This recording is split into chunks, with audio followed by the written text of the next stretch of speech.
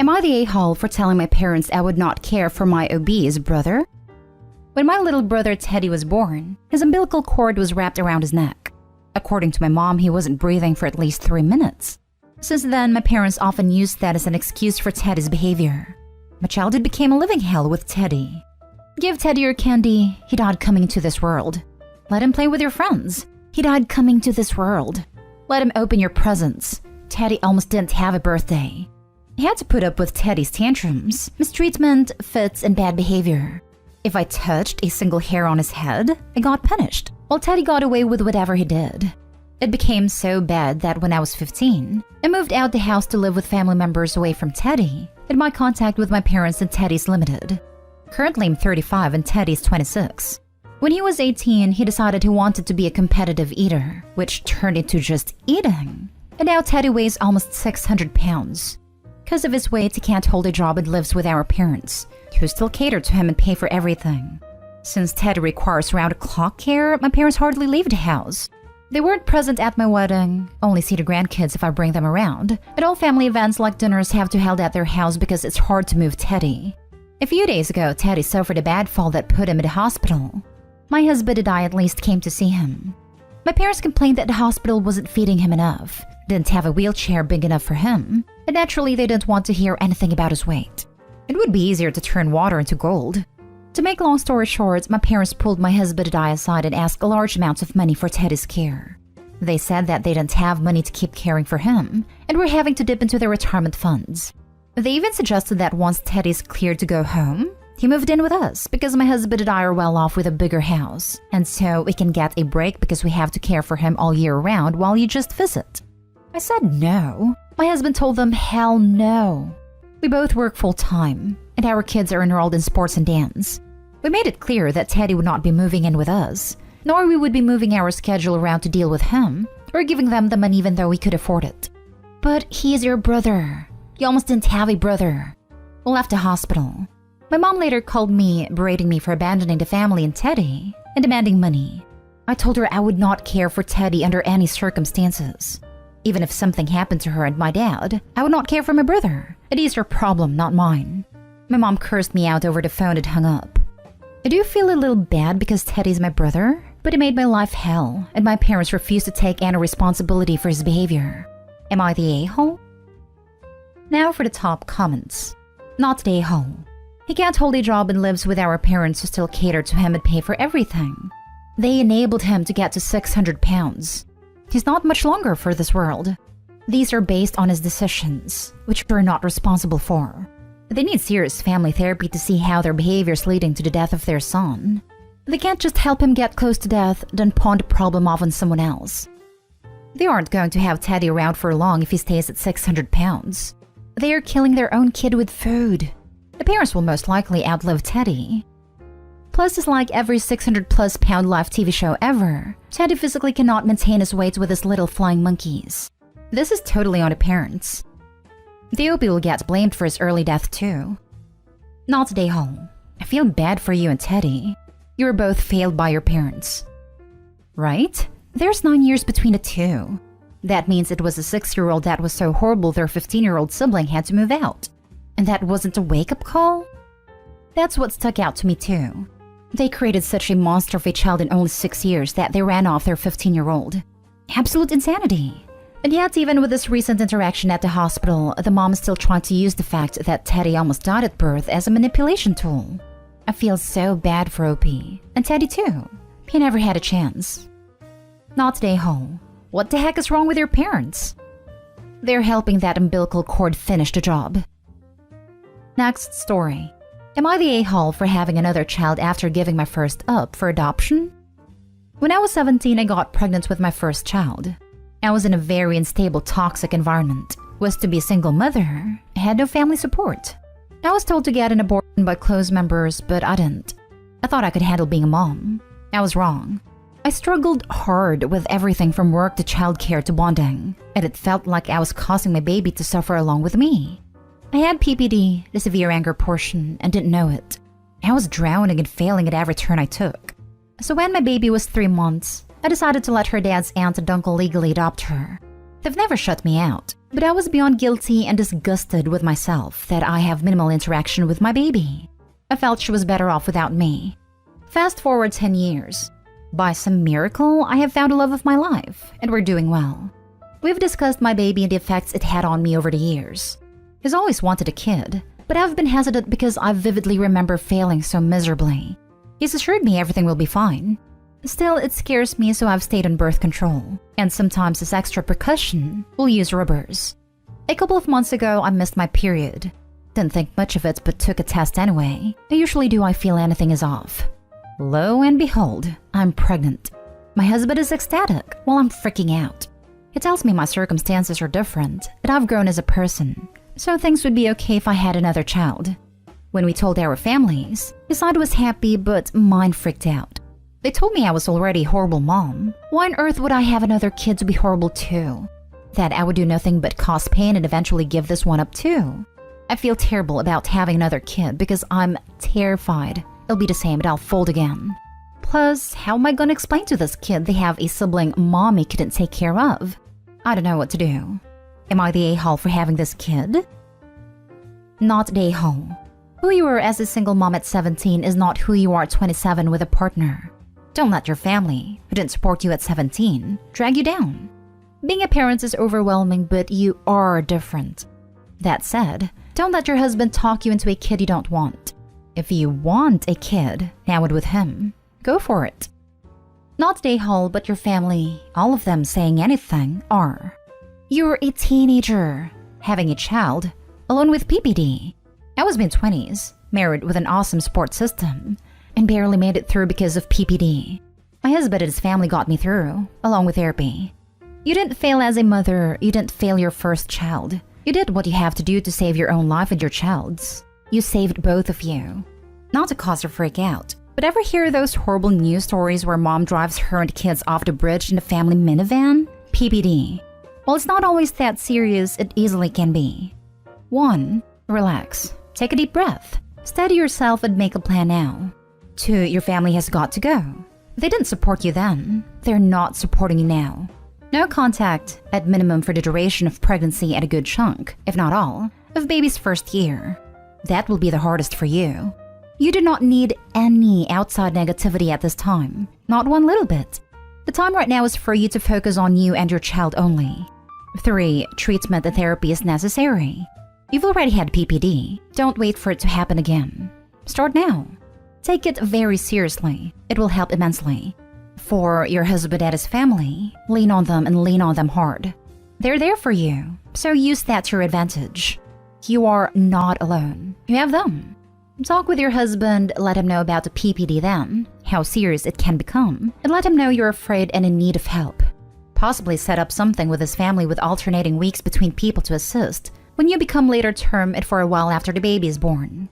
PPD can last a long time, 3 to 24 months after the baby is born. Even if it's just lunch dates with someone, anything with help. All the positive support you can get, suck that up.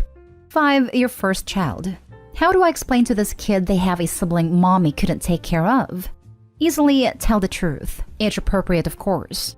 There is zero reason your first child should be kept a secret. You don't need to take out an advertisement or anything about it. But if asked when they're young, just say, Mommy was too young. I didn't know daddy then and was unable to care for a baby by myself then. If they do not ask, do not tell them. Let them know they have a half-sibling, and let them know why. It could also be a great opening for a talk with a teen. Teenage pregnancy is so very hard to go through. Mommy was not able to. I learned the hard way to use protection always. 6. You got this. Edit 1. I want to I can't express just how humbly, and sincerely thank everyone for their advice. I'm in tears reading those responses because other than my husband, who is the sweetest, most supportive person I've ever met, I've never had anyone tell me it wasn't wrong to go to the adoption route. I will be turning to therapy to try to help with these feelings and doubts. I will also be cutting off my family. They've contributed to a lot of my issues in life, and I will not allow that energy around this new baby. Next story. Am I the a-hole for not calling out my son for treating my daughter badly? I have 2 kids, a son Ben, 44, and a daughter Emma, 42, female. Their father and I divorced when they were young. He wasn't a good husband, but he isn't a bad man. He is wealthy. He didn't bond with Emma, but he favored Ben, and it became overt as they grew up. Ben was easier than Emma and did well in school and sports. Emma, although smart, wasn't interested in school and was rebellious as a teenager. Their father spoiled Ben, and if I'm honest, he wasn't nice to Emma. If this upset her, she would cry, feeling unfairly treated. I felt bad, but I couldn't do anything about it, so felt it better to pretend it wasn't happening and hope it got better. It didn't. He wanted nothing to do with her, although there wasn't a reason why. Emma struggled to cope with this, and I think expected me to stand up for her. But I hate confrontation, and her father never listens to me anyway. I preferred not to discuss it with Emma and focus on other things. But she said I didn't allow her to be upset and didn't validate her. I didn't want to potentially cause a bigger rift and cause Ben to side with his father. Ben, on the other hand, was lavished with anything he wanted. Money, cars. He was expected to be successful like his father. As adults, the relationship between Ben and Emma fizzled out, which was sad because I couldn't do anything about it. Despite being given a large amount of wealth and more opportunities than most, Ben hasn't become successful, and he's quite resentful about it. His father stopped giving him money a few years ago, and he partially blames me because I told his father that he had given him too much. Despite being an easy child, Ben has grown up to be rather difficult. He has a temper and is very sensitive about his lack of career success, so we aren't allowed to talk about it. Emma's a stay-at-home mom. She's a good mom and her children's father earns a lot of money. Her father was regretful, so he reconnected with her. They have a relationship now. It's quite superficial, but I think it healed the wound a bit for Emma, so she reached out to Ben. They got along well for a couple years, but Ben stopped speaking to Emma. Emma was upset, and think it's because Ben doesn't like their father's interest in her. Ben hasn't given her an explanation, but he told me a silly reason that doesn't make sense. I told Emma I think Ben has behaved very badly. She asked me if I told him that. I said no, and she shouted at me that I have never stuck up for her or protected her. That if I can't do it this one time, she doesn't want a relationship with me. That I enable this behavior at her expense, and she's sick and tired of it. The thing is, Emma has 3 kids, and Ben has 1 kid.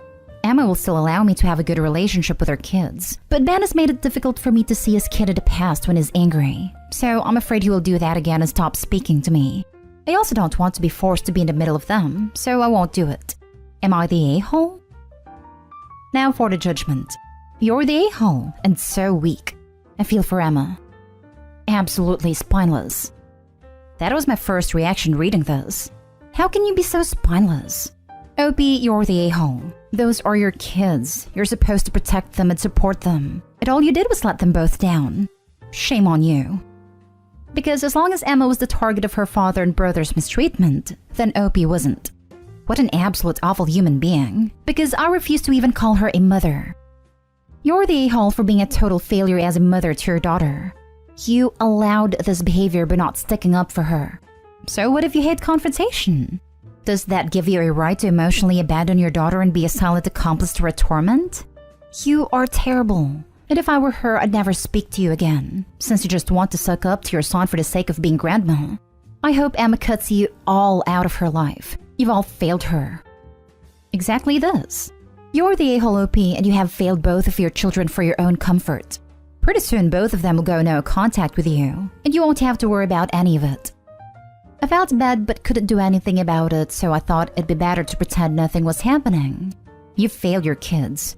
You failed them by letting them be treated so wrongly. Parents like you why adult kids go no contact. Shame on you. Yes, that makes no sense. Even if she couldn't change the way the father was being, talking to her daughter, giving her more emotional support, etc., would have been useful. Instead, she just acted like nothing was happening. Now for the last story. Am I the a-hole for saying that someone old enough for social media is old enough to know Santa does not exist? The other day in Facebook, I made a post about how it's my first Christmas as grandma this year, and I'm excited to play Santa again as my son and his girlfriend live with me, so I'll be helping them assemble toys, wrap gifts, etc. They asked me to. My nephew is 12 years old and has a Facebook account, and had added me as a friend a while ago. He never posts, so I forgot we were even friends. A few hours later, I get a text from my sister saying I ruined Christmas, and why did I have to post about Santa? I was confused, and she said her son still believed in Santa until he read my post. She demanded I apologize to him and tell him I was joking. I told her no. This isn't the 5-year-old who accidentally overheard, and even then I don't know if I'd feel comfortable lying. He is almost a teenager, who honestly should have known by now. If he is old enough for a Facebook account, he is old enough to know Santa doesn't exist. This has caused a bit of controversy, but I do feel bad that I ruined magic for my nephew. Am I the a-hole? There is no way a 12-year-old these days still believes in Santa. Your sister is deluding herself about that. You didn't ruin anything. She's in denial that her baby is growing up. Not the a-hole. Homeschooled, maybe? It's not hard at all to believe a kid with an overprotective mother wouldn't know about Santa. My kids are 8 and 10, and are homeschooled and know Santa's not real. I have friends with school children who believe at 12. These are parents who let them watch what I frankly feel is inappropriate things, and they still believed. However, if your child is on social media and shouldn't be till 13, then you need to be prepared for adult things. Not the a-hole, OP. Not the a-hole, and yes, if she's still protecting his belief that Santa's real, he's clearly not mature enough to have an online social media profile. No, Mom is clearly not mature enough, being angry that her 12-year-old son found out about Santa. It's not the kid's fault that he has a dumb, overprotective mother. It's nice when preteens maintain some innocence, but if he is on the internet and social media, then how have they kept it from him for so long? I feel like they've used Santa to keep him in line and as a discipline tactic. Also, I think Santa is toxic AF, and I'm still not sure my young children are going to be brought up on him. I know what you mean about toxic. We do care to never refer to naughty/nice, hold presents hostage or base gifts on behavior. We also refuted some of the weird songs about him watching you all the time to determine if you are good or bad, because that's just plain weird. I think you can keep the tradition and the fun without weaponizing it.